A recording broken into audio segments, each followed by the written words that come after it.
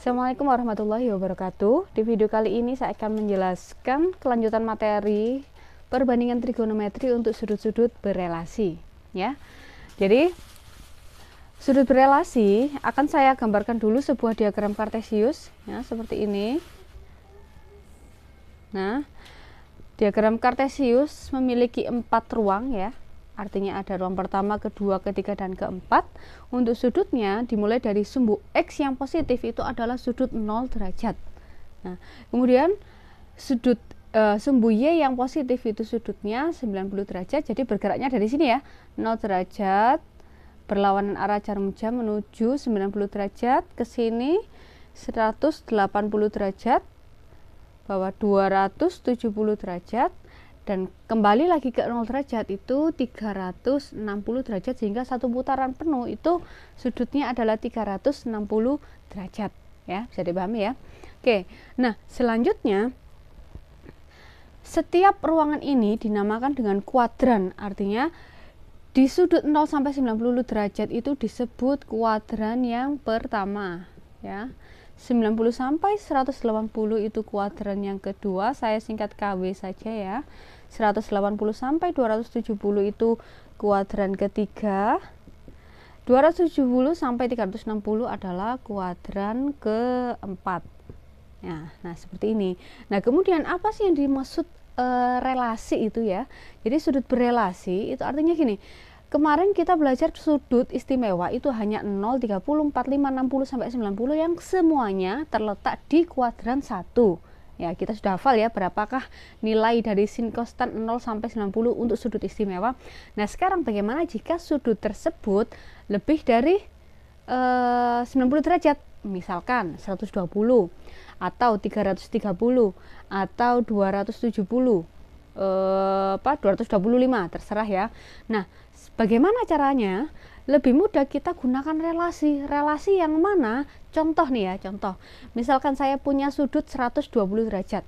120 derajat itu terletak di kuadran berapa? Bisa kita lihat 120 derajat itu terletak di antara kuadran terletak di kuadran 2 yang sudutnya terletak antara 90 derajat sampai 180 derajat.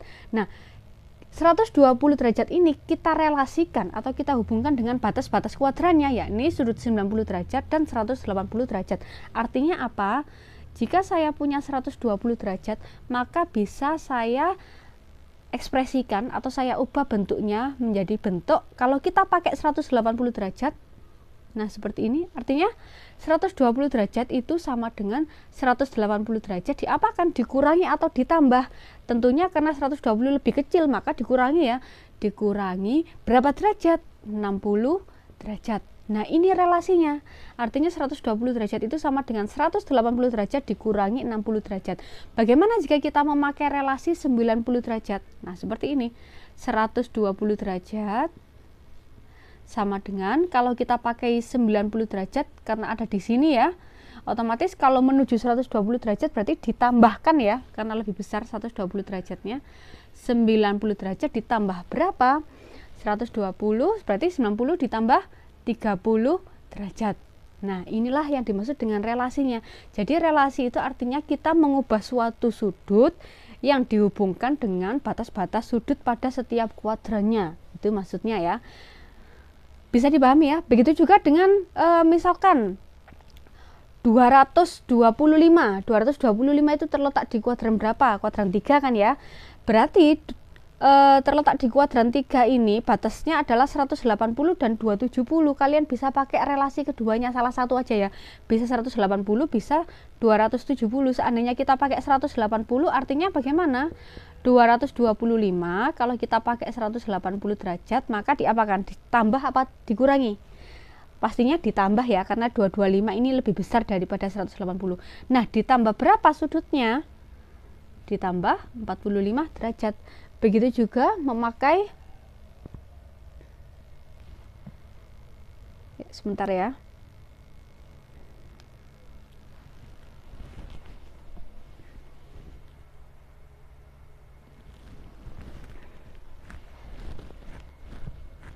Oke, begitu juga dengan memakai 270 derajat.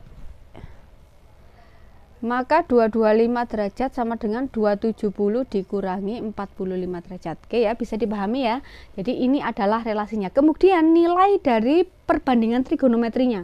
Untuk sin, cos, dan tangen di kuadran 1, kemarin kita sudah menghitung ya, 0 sampai 90 derajat itu nilainya positif semua. Ya, mulai dari sudut 0 derajat, 30, 45, 60, dan 90 semuanya positif. Artinya sinnya bernilai positif, cosnya bernilai positif, dan tangennya bernilai positif semua. Nah, di kuadran kedua, 3, dan 4 berbeda ya. Ini saya hapus. Di kuadran kedua yang positif hanya sin saja. Ya. Jadi sin yang positif. Di kuadran ketiga hanya tan saja yang positif, dan di kuadran keempat hanya cos yang positif. Jadi hati-hati ya. Jadi semua sin, tan, cos. Kalau kalian mau menghafalkan bisa juga memakai semua sinden tangan kosong. Nah gini ya, semua artinya sin, cos, tan.